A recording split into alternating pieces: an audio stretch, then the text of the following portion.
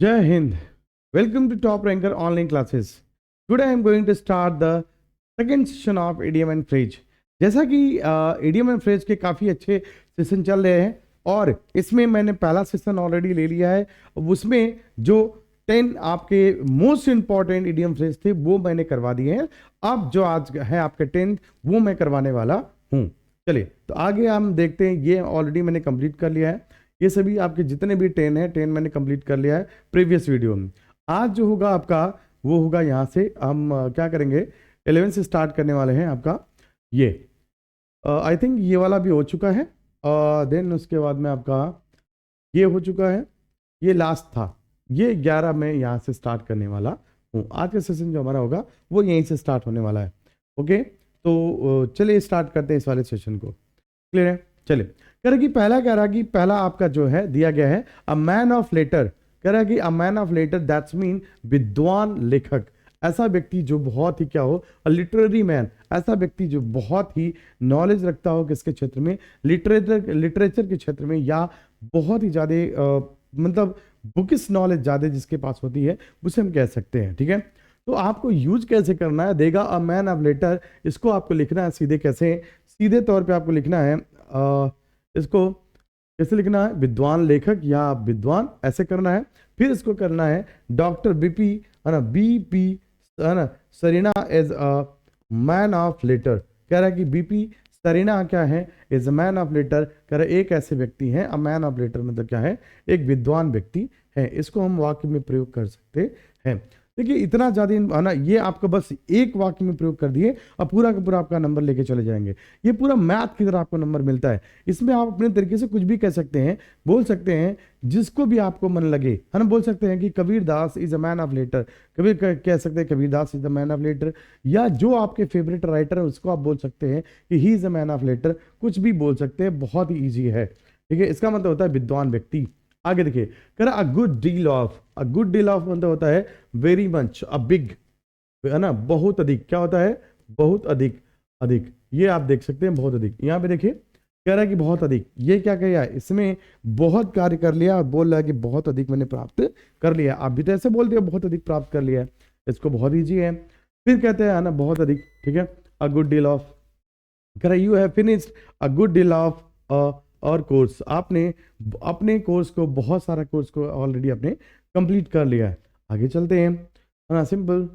फिर कह रहा है कि एन एक्स टू ग्रीन। कह रहा है कि एन एक्स टू ग्रीन मतलब होता है अपना उल्लू सीधा करना, या स्वार्थी है ना बनना, या स्वार्थ को पूरा करना। ये देखिए यहाँ पे क्या हो रहा है, सभी जितने भी यहाँ पे आप व्यक्ति को देख रहे हैं, सभी लोग क्या कर रहे हैं, अपने उल्लू को सीधा कर रहे हैं या अपना उल्लू पूरा कर रहे हैं। ठीक है, देखो कोई किसी से बात नहीं करे, सब अपने उल्लू सीधे कर रहे हैं। और तुम लोग भी क्या करते हो, है ना, अपने उल्लू सीधे कर रहे हैं, है ना। तो ये वाक्य में कैसे प्रयोग कर सकते हैं, you should not an axe to grind, तुम्हें अपना है ना तुम्हें एक अपना उल्लू सीधा नहीं करना चाहिए। You should not an axe to green.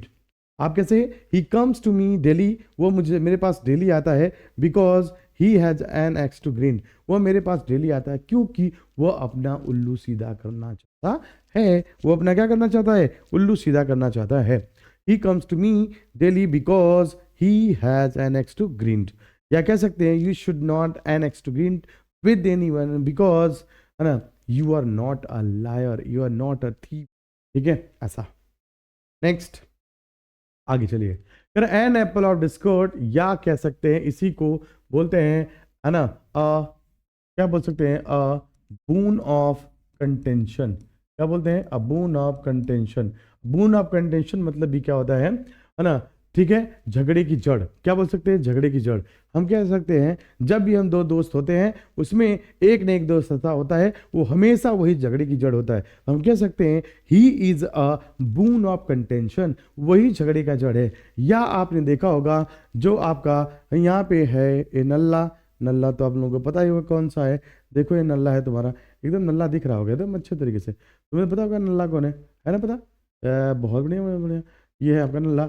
यहाँ पे कौन सा है, यहाँ पे नल्ला है हमारा। नल्ला मतलब समझते हो ना, ये है आपका कौन सा, अपना प्यारा इंडिया। यहाँ पे इंडिया है। और ये कौन सा है, ये है आपकी, है ना, ये आपकी एक रेखा है, एलओसी। एलओसी, ठीक है, एलओसी है लाइन ऑफ एक्चुअल कंट्रोल। ठीक है, एलओसी लाइन ऑफ कंट्रोल होती है, लाइन ऑफ कंट्रोल है, इसमें हमेशा सीज फायर होता है और ये हमेशा नल्ला ही क्या बनता है, नल्ला ही बनता है एनेक्स टू ग्रीन। कौन? An axe to grind, an axe to grind बनता है क्योंकि ये हमेशा सीज फायर करता है और क्या होता है, हमेशा झगड़े की जड़ ही बनता है। कौन? पाकिस्तान। कौन? पाकिस्तान। ये पाकिस्तानी तो है नल्ला अपना, ठीक है, तुम्हें पता होगा। Kashmir is an apple of Discord, Kashmir is an apple of Discord between India and Pakistan. Bharat और पाकिस्तान के बीच में हमेशा नल्ला, कौन? नल्ला ही क्या होता है ना, एक होता है, ठीक है। Kashmir is an apple of Discord, यही क्या होता है, हमेशा झगड़े की जड़ बनता है। आगे देखो, ठीक है। एट डैगर्स ड्रॉन, है ना, खुले दुश्मन, देखो है ना, बिटरली हॉस्टाइल, एक दूसरे से एकदम मार काटने वाले है ना दुश्मन है। देखो यहाँ पे देख सकते हो एक दूसरे के दुश्मन आपको दिखाई भी दे रहे हैं एकदम मस्त वाला, ये इसको धड़ाम दे मारा, ये इसको धड़ाम दे मारा, फिर तो हो गई एकदम, है ना। कह रहा both of his sons at daggers drawn with each other, कह रहे कि उसके दोनों बेटे एक दूसरे के घूर शत्रु हैं। क्या है? घूर शत्रु हैं, इसको बोलते हैं एट डैगर्स ड्रॉन। बात समझ में आ गया? एट डैगर्स ड्रॉन, क्लियर है, ये आपका आ गया। नेक्स्ट आगे देखिए, फिर कह रहा है कि squirrel deal fair bargain. Squirrel deal मतलब क्या होता है? साफ सुथरी, क्या होता है? साफ सुथरी, है ना, साफ सुथरा व्यवहार, या आप कोई डील करते हो, डील मतलब क्या, जैसे आप किसी के साथ में अच्छा व्यवहार करते हो तो वो कहते हैं, है ना, he is cheater, he is cheater so we can not expect a square deal from him. He is cheater, वो क्या है? धोखेबाज है, तो हम इसलिए उससे साफ सुथरा व्यवहार की उम्मीद कभी नहीं कर सकते, क्योंकि एक चीटर हमेशा आपसे कैसा व्यवहार करता है? वो हमेशा आपको धोखा ही देने वाला है। सिंपल सी बात है, ठीक है, आपको हमेशा धोखा ही देने वाला है, सिंपल से, इसमें कोई दिक्कत नहीं है। चलिए, ही is a cheater so he can not expect a squirrel from him. बात समझ में आ गया? ये चीजें हो गई, सिंपल है, एज सिंपल एज, ठीक है। आगे चलिए, नेक्स्ट आगे देखिए, कर एट एवरी स्टेप, है ना, हर कदम पर, कर I face troubles at every steps, कह रहा है कि I face troubles at every steps in my life. मैंने अपने हर कदम पे क्या फेस किया है? हर कदम पे प्रॉब्लम को फेस किया है। एवरी स्टेप, प्रत्येक स्टेप पे मैंने अपने लाइफ में किसको फेस किया है? ट्रबल्स, मैंने परेशानियों को फेस किया है। जैसे you could see this boy, है ना, has faced each and every times his problems in his life.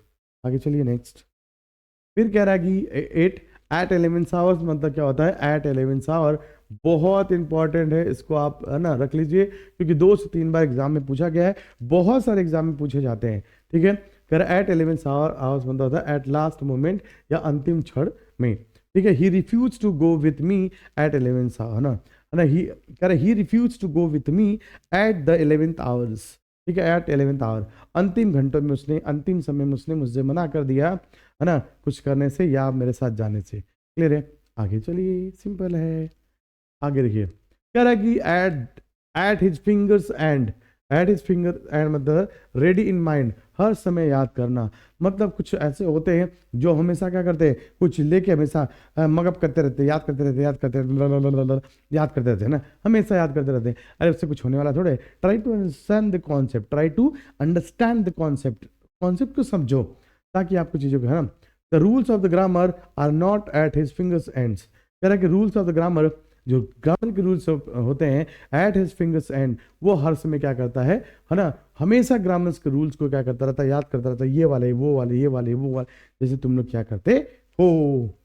बस में आगे देखिए, at stones throw, stones throw मतलब होता है कि बिल्कुल पास में, एकदम नियर, एकदम बिल्कुल पास में, जैसे होता है ना। My colleague is at stones throw from my house, मेरा कॉलीग का जो घर है, मेरे जो कॉलीग का घर है, ये जो घर है वो मेरे बिल्कुल पास में ही है, मेरे एकदम पास में ही मेरे कॉलीग्स का घर है। आगे चलिए, तो इस तरीके से हमने 20 पूरा का पूरा 20, है ना, जो ईडीएम फ्रेज होते हैं उसको मैंने कंप्लीट किया है। अब जो सीरीज होगी आपकी, मैंने ऑलरेडी पहली सीरीज और ये दूसरी सीरीज है, इस दोनों को मैंने 10-10 क्वेश्चन, 10-10 ईडीएम फ्रेज लिए हैं। अब क्या करने वाले हैं हम, जो आपका 1 वर्ड है, 1 वर्ड की भी सीरीज लेके आने वाले हैं, और इस ईडीएम फ्रेज को 20-20 कर दिया जाएगा। 2020 है ना, यानी 2020 अप्लाई किया जाएगा, क्योंकि 10 से आपका ज़्यादा टाइम हो रहा है, इसलिए मैं इसको क्या करूँगा 2020 कर दूंगा। देन उसके बाद में इडियम फ्रेज के भी 10 इसके में इंक्लूड किए जा जाएंगे बहुत जल्दी, जो आपके एग्जाम से ओरिएंटेड होने वाले हैं। तो let's wind up the session for today. Thank you so much and जय हिंद।